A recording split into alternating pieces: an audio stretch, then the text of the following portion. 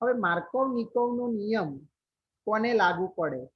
તો એ હંમેશા અસમમિત આલ્કીનને લાગુ પડે. સર, અસમમિત આલ્કીન કોને કહેવાય?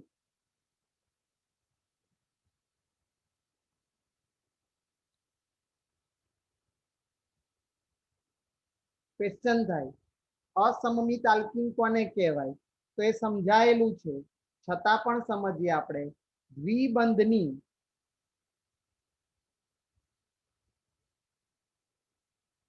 બંને બાજુ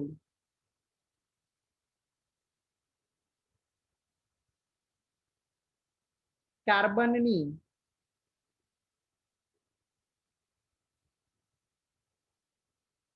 સંખ્યા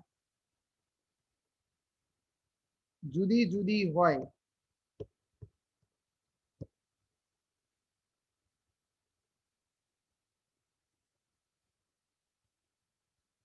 દ્વિબંધની બંને બાજુ કાર્બનની સંખ્યા જુદી જુદી હોય એને કહેવામાં આવે છે અસમમિત આલ્કીન. તો નિયમ કોને લાગુ પડે? તો અસમમિત આલ્કીન હું લઉં છું, એક પ્રોપીન લઉં છું. તો પ્રોપીન નું સૂત્ર શું થાય? તો CH3 CH double bond CH2. આ અસમમિત આલ્કીન છે, એની અસમ પ્રક્રિયક પ્રક્રિયક છે અસમ. અસમ પ્રક્રિયક એટલે શું? ફરીથી, અસમ પ્રક્રિયક એટલે શું? કે HCl HBr એવા બંને સરખા પરમાણુ ના હોય. ધારો કે હું HBr લઉં છું, તો આની નિપજ બે મળી શકે. બે નિપજ કઈ કઈ મળે? તો એક વખત HCa જોડે જોડાય અને BrCH2 જોડે જોડાય, તો નિપજ કઈક આવી મળે, CH3. CH જોડે H જોડાય એટલે CH2 અને CH2 Br, આને 1 બ્રોમોપ્રોપેન કહેવાય. બીજી નિપજ કંઈક આવી મળે, CH3 CH, આની જોડે Br જોડાય અને અહીંયા CH3, તો આને કહેવાય 2 બ્રોમોપ્રોપેન. બંને નિપજ જુદી જુદી મળી રહી છે તમને, ધ્યાન રાખો. તો સર મુખ્ય નિપજ કઈ? બે નિપજમાં મુખ્ય નિપજ કઈ? સાહેબ આને તમે કીધું 1 બ્રોમોપ્રોપેન,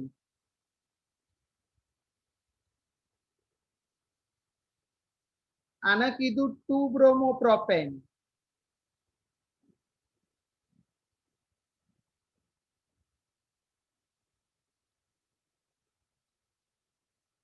તો આમાં મુખ્ય નિપજ કઈ? 1 બ્રોમોપ્રોપેન અને 2 બ્રોમોપ્રોપેનમાં.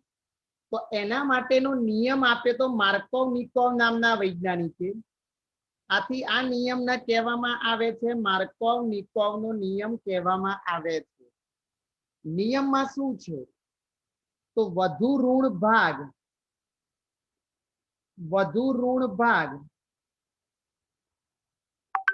ઓછા હાઇડ્રોજન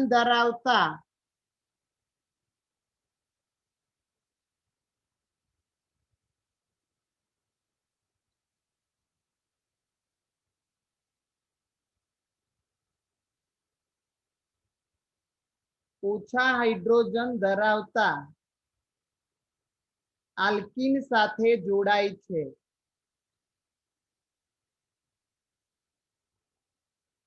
આલ્કીનમાં કાર્બન સાથે જોડાય છે.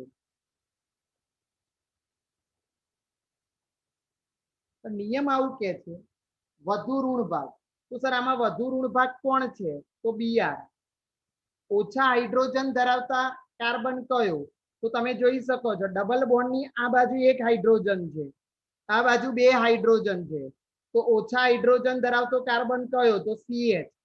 તો CH જોડે એ વધુ ઋણ ભાગ એટલે કે Br જોડાય, તે નિપજ મુખ્ય. એટલે એનો મતલબ 2 બ્રોમોપ્રોપેન એ મુખ્ય નિપજ બને છે. તો વધુ ઋણ ભાગ એ આલ્કીનમાં જે કાર્બન પર હાઇડ્રોજન ઓછા હોય તે કાર્બન સાથે જોડાય છે. નિયમ કંઈક આવું કે છે. એટલે 2 બ્રોમોપ્રોપેન નિપજ મળવી જોઈએ. ફરીથી બોલું છું, વધુ ઋણ ભાગ એટલે Br, દ્વિબંધ ધરાવતા આલ્કીન, વધુ ઋણ ભાગ આલ્કીન છે. ઓછા હાઇડ્રોજન ધરાવતો કાર્બન, તો આમાં H છે, આમાં CH2 છે, તો ઓછા હાઇડ્રોજન ધરાવતો કાર્બન કયો? તો CH. એની જોડે Br જોડાય અને CH2 જોડે H જોડાય તો એવી નિપજ તમારી સામે છે આ. તો એ નિપજ તમારી મુખ્ય મળે. હવે આ નિપજ કેવી રીતે મળે છે એની આપણે ક્રિયાવિધિ જોઈએ. ફરીથી બોલું છું, આ નિપજ કેવી રીતે મળે છે એની ક્રિયાવિધિ જોવાનો પ્રયત્ન કરીએ આપણે. તો મિત્રો ક્રિયાવિધિ બહુ જ ઇમ્પોર્ટન્સ છે. થિયરી પૂછાય 5 માર્ક્સની તો ક્રિયાવિધિ લખવી જ પડે તમારે. તો શું છે ક્રિયાવિધિ આપણે જોઈએ. તો ક્રિયાવિધિમાં હું પહેલી પ્રક્રિયા લઈ કોની જોડે? તો પ્રોપીનની HBr સાથે. હવે પ્રોપીનની HBr સાથે પ્રક્રિયા કરીશ તો પ્રોપીનનું સૂત્ર થાય CH3 CH double bond CH2. હવે આની પ્રક્રિયા હું HBr સાથે કરું છું. હવે સાંભળજો, તમે એક ઇફેક્ટ ભણી ગયા છો, એનું નામ છે ઇલેક્ટ્રોમેરિક અસર. ઇલેક્ટ્રોમેરિક અસર અનુસાર શું થશે? તો પહેલા H+ એટેક કરશે. ધારો કે H+ અહીંયા એટેક કરે છે તો CH જોડે H+ ધારો કે જોડાય. સાંભળજો, પહેલી વખત CH જોડે H+ જોડાય તો આ ડબલ બોન્ડ તૂટે અને એ પણ કોની તરફ જાય? CH તરફ જાય. ફરીથી બોલું, આ બોન્ડ પહેલી વખત પ્રક્રિયામાં H+ એટેક કરશે, HBr માંથી H+ એટેક કરશે. હવે ધારો કે H+CH ઉપર એટેક કરે છે તો આ ડબલ બોન્ડ તૂટીને CH તરફ આવતો રહે છે. તો શું બને? તો બનશે કંઈક આવું. તો CH3 પછી CH, પણ H અહીંયા આવી ગયો એટલે CH2. હવે આ બોન્ડ ઉપરનો બોન્ડ તૂટી ગયો, એ બોન્ડ તૂટી ગયો એટલે અહીંયા વધશે CH2, પણ કાર્બનની વેલેન્સી ઘટશે એટલે ત્યાં પ્લસ આવી જશે એટલે કાર્બોકેટાયન બનશે. ફરીથી સમજાવું છું, H અહીંયા જોડાય છે તો આ બોન્ડ H ની જોડે, અહીંયા H જોડાવવા માટે એની જોડે ઇલેક્ટ્રોન નથી C જોડે, તો ઇલેક્ટ્રોન ક્યાંથી આવશે? તો આ ડબલ બોન્ડનો ઉપરનો બોન્ડ પાઈ બંધ તૂટશે, એ પાઈ બંધ તૂટીને સીધો C ઉપર આવશે. તો એ બોન્ડ બરાબર 2 ઇલેક્ટ્રોનનો ઉપયોગ પેલો H જોડાવા માટે કરશે. એટલે H જોડાશે, H ત્યાં જોડાશે અને CH2 ઉપર પ્લસ બની જશે કે કાર્બનની વેલેન્સી ઘટી. એ જ રીતે બીજો ઓપ્શન છે. બીજો ઓપ્શન શું છે? તો CH2 જોડે આ H જોડાય, પહેલી વખત અહીંયા જોડાય, હવે CH2 જોડે H જોડાય તો એનો પણ ઇલેક્ટ્રોન ક્યાં આવશે? તો આ બોન્ડ તૂટશે અને કોની તરફ આવતો રહેશે? તો CH2 તરફ. તો હું એવી રીતે લખું, તો CH3, અહીંયા CH અને અહીંયા CH2 ની જગ્યાએ H આવ્યો એટલે CH3 લખીશું. પણ કાર્બનની વેલેન્સી વચ્ચે ઘટી એટલે વચ્ચે કાર્બોકેટાયન બનશે. તમે લોકો ભણી ગયા છો, આ કાર્બોકેટાયન કહેવામાં આવે છે. હવે જુઓ, અહીંયા તમે જોઈ શકો છો કે આ બાજુ CH2+ છે તો પોઝિટિવ ચાર્જ ધરાવતો કાર્બન બીજા એક કાર્બન સાથે જોડાયેલો છે. ફરીથી બોલું છું, પોઝિટિવ ચાર્જ ધરાવતો કાર્બન એ બીજા એક જ કાર્બન સાથે બાજુમાં જોડાયેલો છે એટલે આને કહીશું પ્રાથમિક કાર્બોકેટાયન. ફરીથી, પોઝિટિવ ચાર્જ ધરાવતો કાર્બન બાજુમાં એક જ કાર્બન સાથે જોડાયો છે એટલે એને પ્રાથમિક કાર્બોકેટાયન કહેવાય. પણ અહીંયા જુઓ, પોઝિટિવ ચાર્જ ધરાવતો કાર્બન બીજા 2 કાર્બન સાથે જોડાયેલો છે એટલે એને કહેવાય દ્વિતીયક કાર્બોકેટાયન. એટલે આપણને 2 કાર્બોકેટાયન મળ્યા, એક પ્રાથમિક કાર્બોકેટાયન અને બીજો મળ્યો દ્વિતીયક કાર્બોકેટાયન. હવે તમે જોઈ શકો છો કે આમાં સ્થાયીતાનો ક્રમ તો તમે 12મા ચેપ્ટરમાં ભણ્યા છો, સ્થાયીતાનો ક્રમ હંમેશા આવો હોય. તૃતીયક કાર્બોકેટાયનની સ્થાયીતા સૌથી વધારે હોય પછી દ્વિતીયકની અને પછી પ્રાથમિકની, પણ આમાં તૃતીયક નથી. તૃતીયક નથી તો કયા કાર્બોકેટાયનની સ્થાયીતા વધારે? તો દ્વિતીયકની. એટલે ફરીથી બોલું છું, દ્વિતીયક કાર્બોકેટાયનની સ્થાયીતા વધારે એટલે લખીશું દ્વિતીયક carbocation is a greater than પ્રાથમિક કાર્બોકેટાયન. એટલે દ્વિતીયક કરતા પ્રાથમિક કાર્બોકેટાયનની સ્થાયીતા વધુ છે, એટલે લખીશું આપણે દ્વિતીયક carbocation is a greater than પ્રાથમિક કાર્બોકેટાયન. એટલે હવે આપણી જોડે દ્વિતીયક કાર્બોકેટાયન આ છે, તો પેલા Br માઇનસ આની જોડે H પ્લસ જ હતો તો Br માઇનસ એટેક કરવા માટે તૈયાર થશે, પણ આ Br માઇનસ ક્યાં ક્યાં એટેક કરે? તો મેં તમને કીધું આની સ્થાયીતા ઓછી છે, એટલે Br માઇનસ આ પ્રક્રિયા જોઈશું. તો એ પ્રક્રિયામાં શું થશે? તો CH3 અહીંયા CH3 પછી લખીશું CH અહીંયા પ્લસ અને અહીંયા CH3 પ્લસ પેલો Br માઇનસ છે એ એટેક કરવા આવશે, કારણ કે પહેલો H પ્લસ સાથે પ્રક્રિયા કરી હતી. હવે Br માઇનસ જે છે એ ક્યાં જોડાવાનો પ્રયત્ન કરે? તો Br માઇનસ જોડાવાનો પ્રયત્ન કરે, માઇનસ એ પોઝિટિવ તરફ એટ્રેક્ટ થાય, તો પોઝિટિવ CH પ્લસ છે એટલે તમારે Br માઇનસ એ અહીંયા જોડાશે. તો તમે લખશો CH3, રિપીટ કરું છું, CH3 CH જોડે Br આવી જશે અને અહીંયા CH3 મળશે, એટલે 2 બ્રોમોપ્રોપેન જે તમારી મુખ્ય નિપજ છે. તો આ રીતે તમે જોઈ શકો છો કે મુખ્ય નિપજ તરીકે તમને 2 બ્રોમોપ્રોપેન મળે છે. એટલે આમાં ફરીથી કહું છું, થિયરી તમારે ચોપડીમાં જોઈને લખી દેવાની, બાકી હું તમને ફરીથી એક વખત સમજાવી દઉં છું. આખો નિયમ ફરીથી જોઈ લઈએ છે કે અસમમિત આલ્કીન એટલે શું? તો દ્વિબંધની બંને બાજુ કાર્બનની સંખ્યા જુદી જુદી હોય તેને કહેવાય છે અસમમિત આલ્કીન. આ પ્રક્રિયા હંમેશા અસમમિત આલ્કીનની HCl, HBr, HI બધા સાથે થઈ શકે.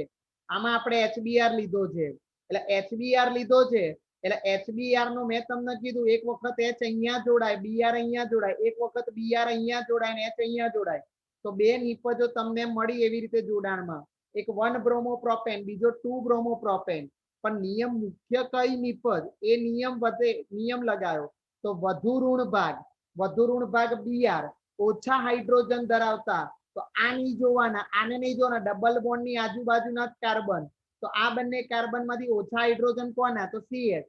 ઓછા હાઇડ્રોજન ધરાવતા આલ્કીનમાં કાર્બન સાથે જોડાય છે.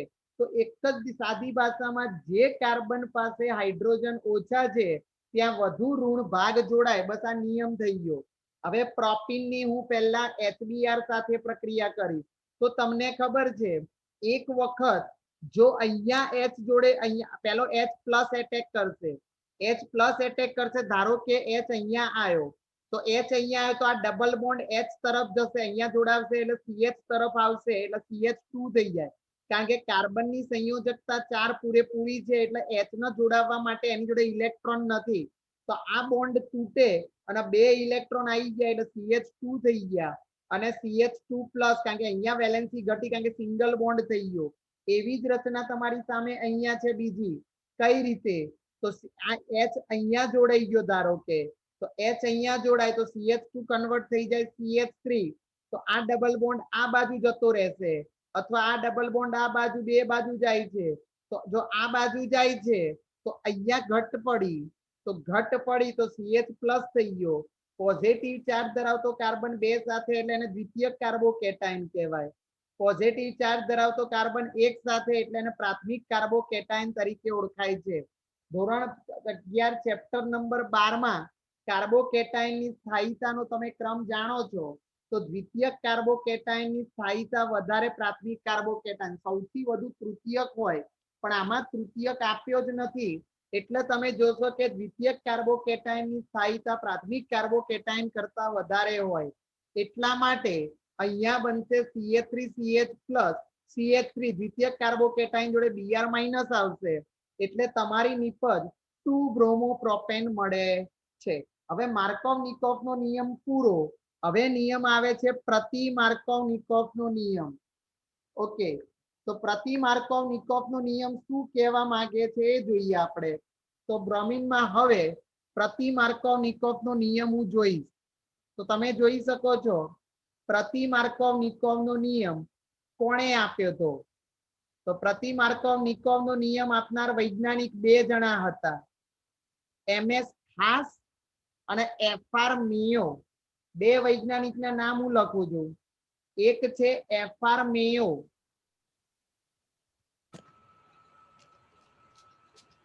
ચલો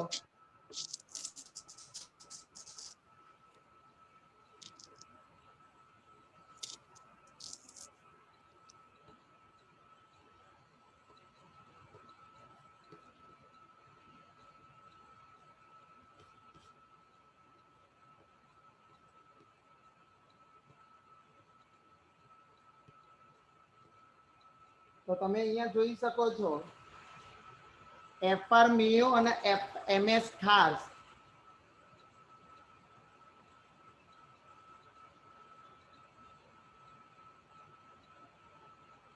એક એફઆર મેયો હતો અને બીજો નામ હતું, એનું નામ મેં તેમ કીધું એમ એસ ખરાશ છે, પણ જૂના કોર્સમાં ખાસ તરીકે ઓળખતા હતા એટલે એને ખાસ બોલું છું।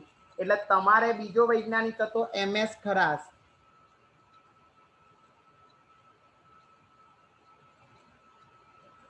આથી આમાં ખરાશનો અગત્યનો હતો પ્રયોગ, એટલે આને ખરાશ અસર તરીકે પણ ઓળખવામાં આવે છે। આ અસરને બીજા કયા નામે ઓળખાય છે? તો આને બીજી ખરાશ અસર તરીકે ઓળખાય છે।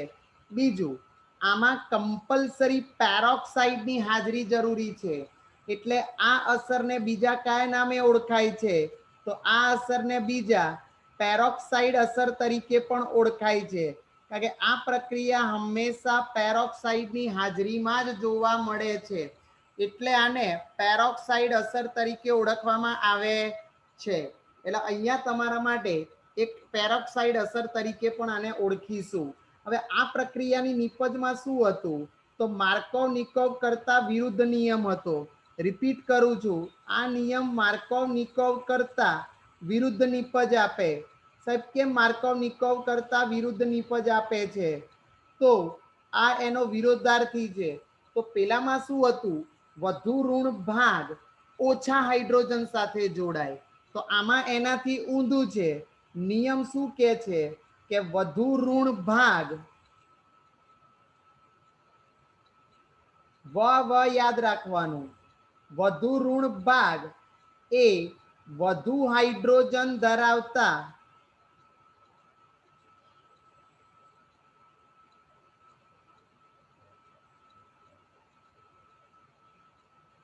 કાર્બન સાથે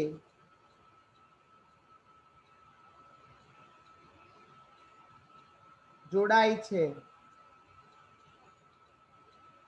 રિપીટ કરું છું, વધુ ઋણ ભાગ વધુ હાઇડ્રોજન ધરાવતા કાર્બન સાથે જોડાય છે। હવે આ નિયમની વાત કરીએ તો એમાં પણ અસમિત આલ્કીન, હા પછી આ નિયમ ફક્ત HBr માં જ થાય, HCl ને એમાં ના થાય। ફરીથી એટલે બે વસ્તુ હોવી જરૂરી છે આ નિયમમાં। શું નિયમમાં બહુ જ જરૂરી બાબત છે? તો આ નિયમ HCl ની હાજરી જ, એટલે ફરીથી બોલું છું, ભૂલ થઈ ગઈ, HBr ની હાજરીમાં જ થાય કમ્પલસરી। HCl હોય HI હોય તો ના થાય। એટલે આ પ્રક્રિયાની બીજી મહત્વની બાબત છે, આ નિયમ HBr ની હાજરીમાં જ થાય છે।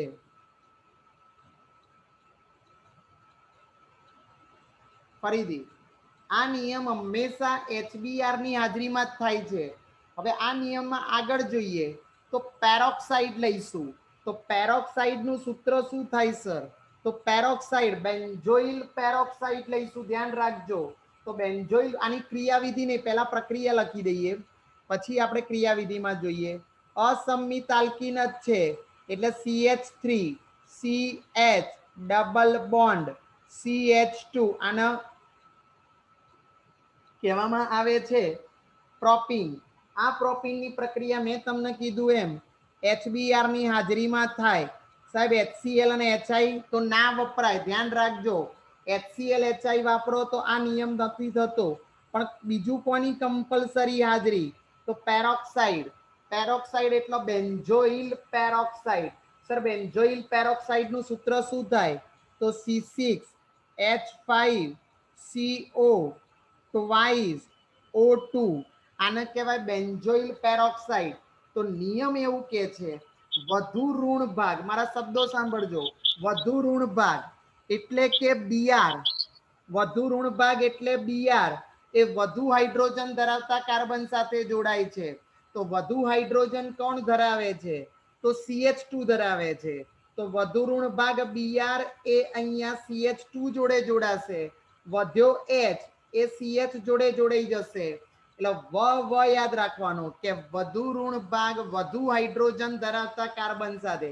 ક્વેશ્ચન થશે સાહેબ CH3 નહીં લેવાનો, આલ્કીનના બાજુના જ કાર્બનમાં વધુ ભાગ જોવાનો, CH3 નહીં લેવાનો. એ વસ્તુને ખાસ ધ્યાનમાં લેવી.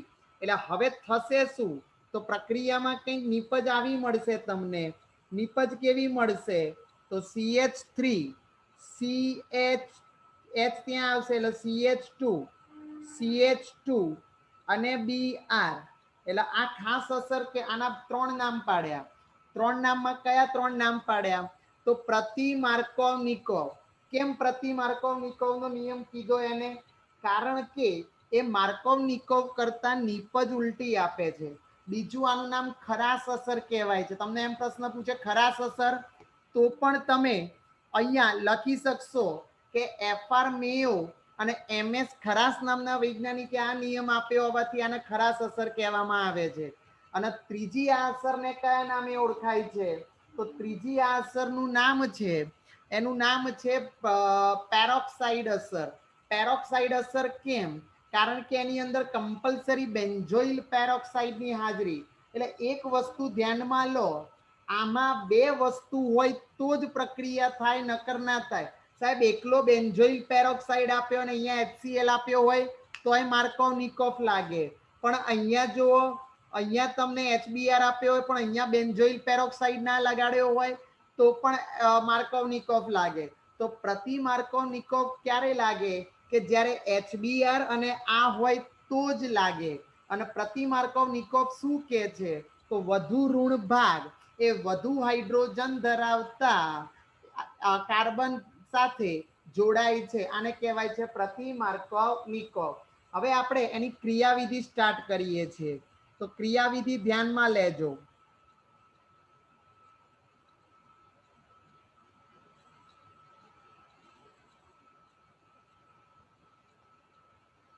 પહેલી ક્રિયાવિધિ જોઈશું, પછી તરત બંધ થઈ જશે 5 મિનિટમાં.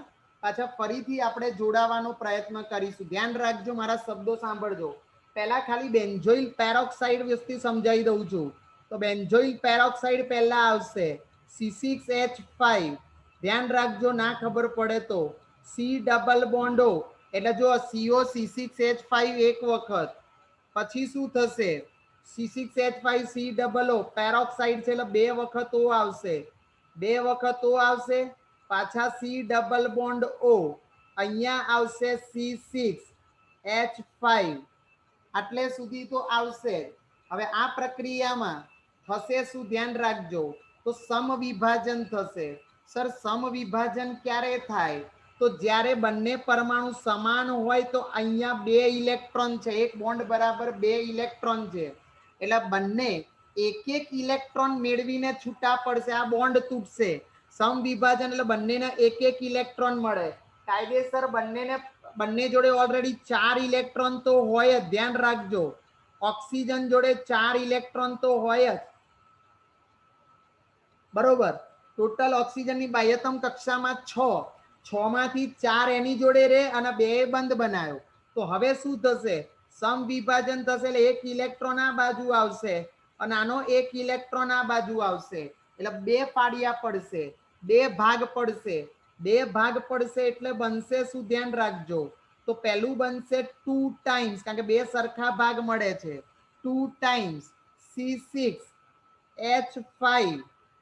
અહીંયા C ડબલ બોન્ડ હોતો એમનો એમ, પણ અહીંયા જે છે ત્યાં O, એના પોતાના 4 ઇલેક્ટ્રોન તો હતા જ, પણ સમ વિભાજન થયું એટલે એક ઇલેક્ટ્રોન એનો પોતાનો મળ્યો, એટલે ટોટલ ઇલેક્ટ્રોન થયા 5 ઇલેક્ટ્રોન એની જોડે જોડે. ફરીથી સમજાવું છું, ધ્યાન રાખજો. ઓક્સિજનની બાહ્યતમ કક્ષામાં 6 ઇલેક્ટ્રોન હોય, 6 માંથી એક ઇલેક્ટ્રોન અહીંયા બંધ બનાવ્યો ને એક અહીંયા બંધ બનાવ્યો, એટલે બે વપરાઈ ગયા, એટલે 4 આની જોડે 4 આની જોડે. હવે સમ વિભાજન થશે, સમ વિભાજન એટલે એક બોન્ડ બરાબર 2 ઇલેક્ટ્રોન, 2 ઇલેક્ટ્રોન એટલે એક ઇલેક્ટ્રોન આ O ને મળશે, એક ઇલેક્ટ્રોન આ O ને મળશે. ઓલરેડી એની જોડે 4 ઇલેક્ટ્રોન તો છે જ, પાછા બંને જોડે એક એક ઇલેક્ટ્રોન આયા, એટલે બંને એટલે 2 ના 2 ભાગ પડ્યા છે, આમથી આમ ભાગ પડ્યા છે, એટલે બંને જોડે એક એક ઇલેક્ટ્રોન આવી જશે. પણ અહીંયા હવે પાછો ફરીથી શું થશે, હવે સમજવાનું છે, બહુ જ અગત્યની બાબત. ફરીથી સમ વિભાજન થશે. ફરીથી સમ વિભાજન કોની કોની વચ્ચે થાય, તો આ બોન્ડ વચ્ચે, તો આ બોન્ડમાં પણ 2 ઇલેક્ટ્રોન દેખાય છે તમને. આ 2 ઇલેક્ટ્રોન અહીંયા હતા, યાદ રાખો. અહીંયા પણ 2 ઇલેક્ટ્રોન તમને દેખાઈ રહ્યા છે. આ 2 ઇલેક્ટ્રોન છે, એટલે એક ઇલેક્ટ્રોન આમ જશે, એક ઇલેક્ટ્રોન C જોડે જશે, તો બનશે શું, તો બનશે જો ફરીથી 2 ટાઈમ C6H5, પણ પેલો એક ઇલેક્ટ્રોન C તરફ આવ્યો એટલે એક ઇલેક્ટ્રોન અહીંયા આવી જશે, એટલે C6H5 એને કહેવાય છે ફિનાઇલ મુક્ત મૂલક. કયો મુક્ત મૂલક કહેવાય છે? આને ફિનાઇલ મુક્ત મૂલક. એટલે તમને એક મુક્ત મૂલક મળે છે ફિનાઇલ મુક્ત મૂલક, અને બીજું શું મળશે, તો તમે જુઓ એક ઇલેક્ટ્રોન આ C જોડે આવશે, તો જોજો C નો એક ઇલેક્ટ્રોન અને ઓક્સિજનનો એક ઇલેક્ટ્રોન વધેલો, બંને વચ્ચે બોન્ડ બનાવી દેશે, એટલે C અને O વચ્ચે ડબલ બોન્ડ હતા, અહીંયા પણ ડબલ બોન્ડ, એટલે તમે ભણી ગયા છો ચોથા ચેપ્ટરમાં 2 મોલ ઓફ CO2 બની જશે.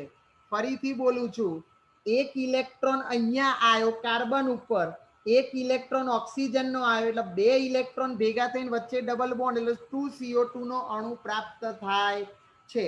તો આ રીતે તમને ફિનાઇલ મુક્ત મૂલક બને છે. હવે આ ફિનાઇલ મુક્ત મૂલક જે બન્યો એ પાછો ફરીથી પ્રક્રિયા કરશે, ધ્યાન રાખજો. ફિનાઇલ મુક્ત મૂલક એ C6H5 એ ફિનાઇલ મુક્ત મૂલકનો 1 મોલ, અને પેલો HBr એનું પણ એક અણુ જોડાશે આપણે, એટલે પહેલું કામ Br મુક્ત મૂલક બનાવવાનો છે. હવે HBr જોડાયો, ધ્યાન રાખજો. એટલે અહીંયા પણ તમને ખબર છે કે Br જોડે H અને Br વચ્ચે એક બોન્ડ છે, પણ એક બોન્ડ બરાબર 2 ઇલેક્ટ્રોન થાય, એટલે આમાં પણ સમ વિભાજન થાય. સમ વિભાજન એટલે એક Br જોડે ઇલેક્ટ્રોન જાય ને એક H જોડે ઇલેક્ટ્રોન જાય, એટલે આ મુક્ત મૂલક Br જોડે જશે, આ મુક્ત મૂલક H,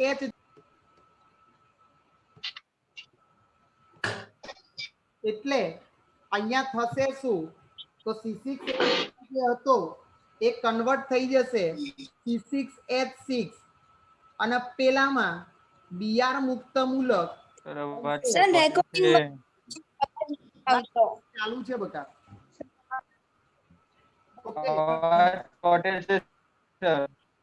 હવે સર તમારો અવાજ ચોટે છે. કરું છું 2 મિનિટ, ફરીથી મોકલીશ તમને.